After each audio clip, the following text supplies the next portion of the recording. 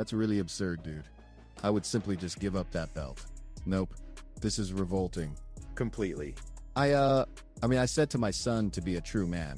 It's not a good visual. It doesn't appear good. I mean, it's a put-off. It makes everyone like kind of in a sense, affects. All I'd heard is that this particular drug isn't found in blood, yet it's a drug which is detectable in urine.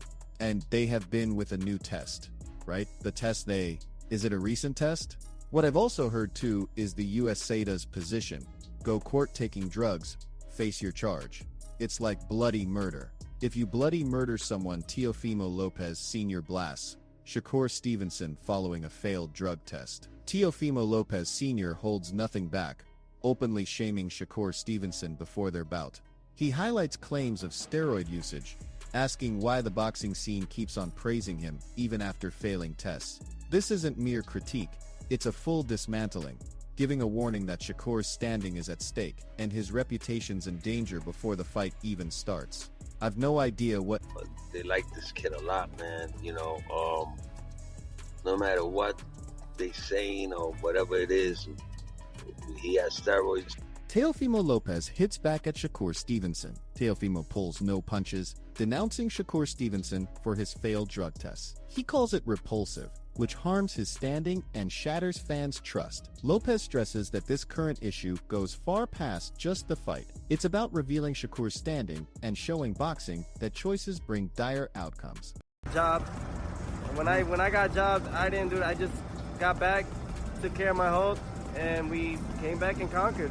That's all you got to do. That's how you earn your respect and how you stay in the people's eyes. Derek denounces drug users in boxing. Derek Chisora leaves no room for doubt. Anyone caught using banned substances in boxing should suffer a 10-year prohibition. He wonders why athletes carry on competing having cheated, blaming the system for allowing rule breakers to get away. This is a straight message to Shakur Stevenson and those eyeing shortcuts. Boxing will not tolerate damaged integrity or an unfair edge. Everybody who gets caught taking drugs should get a fucking 10-year ban, man. Fuck everybody.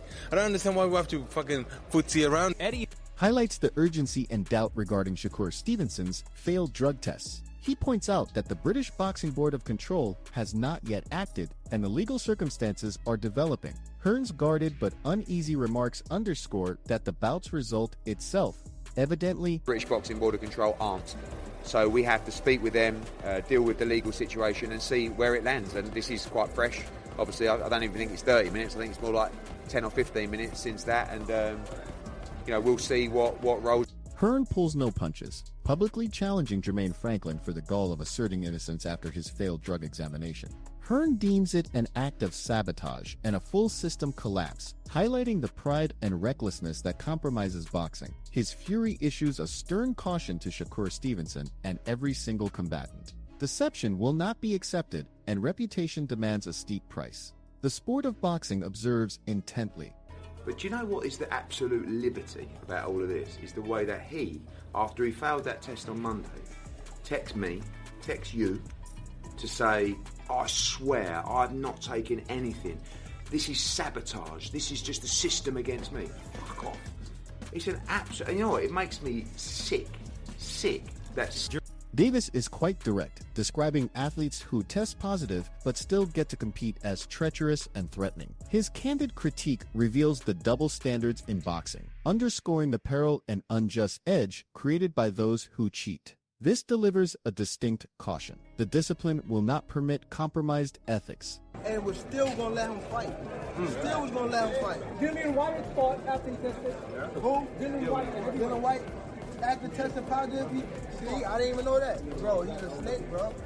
Details the subtleties of drug screening, stressing that minute quantities can remain based on the test type, oral, urinary, or hair. His assessment cautions competitors like Shakur Stevenson that any breach, regardless of how minor, is detectable and may incur severe career repercussions if ignored. Depending on the amount, that will depend on how long it remains in your system. So, from what I can gather, if you've taken very limited amounts, very little amounts, it could stay in your system. Depending on the nature of the test, if it was a saliva test, if it was a urine test, if it was a hair test, it's going to stay in your system a lot longer. But Nelson takes Shakur to task for using forbidden drugs. Johnny Nelson found it incredible. Shakur would jeopardize everything, wondering why someone would ingest a drug aware it could linger for weeks. He denounced the move as imprudent, stressing the risks it introduces to the sport and challenging Shakur's reasoning.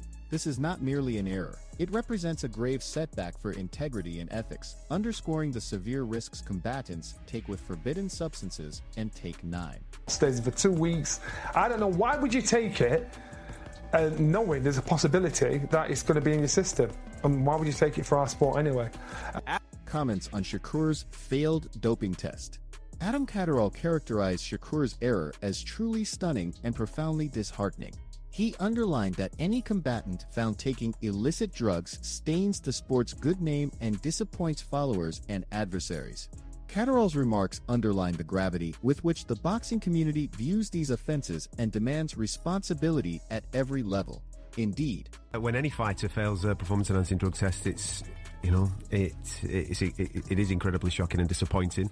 Sir Oliver was absolutely shocked by Shakur's positive tests for recreational drugs, like cocaine. He stressed the irrationality of jeopardizing so much for a bout with such a dangerous substance within your body.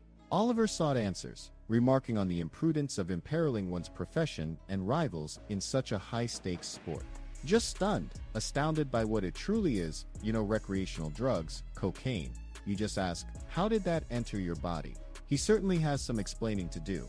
And considering what was at stake and what he had coming up, along with the opponent standing before him, you just wonder about cocaine in your system. Indeed, Adam Smith simply admitted surprise, highlighting the uncertainty and absence of official statements about Shakur's failed test. He observed the swift spread of news across social media and the rise of speculation without concrete facts. Smith underscored the confusion and anticipation surrounding the scenario, illustrating how every detail now impacts the fight's credibility. And I'll wait and see what happens. I mean, I don't know the findings. We don't know. I haven't seen statements really. I don't know. It's come out in the social media. Frampton spoke bluntly, condemning prominent boxers caught using performance enhancers, labeling it utterly appalling. He stressed that in perilous boxing, where a single misstep can prove fatal, the consequences are vast. Frampton insisted anyone found with illicit compounds receive a permanent ban without leniency. His position is harsh yet vital, underscoring dishonesty's grave nature in a sport where power, dexterity, and security must unite. By speaking out, Frampton highlights the moral and physical duty of all fighters. Infringements don't just harm careers, they imperil all in the ring. This serves as a strong caution to any believing shortcuts are permissible in boxing. When I got jobbed, I didn't do it. I just got back, took care of my health, and we came back and conquered.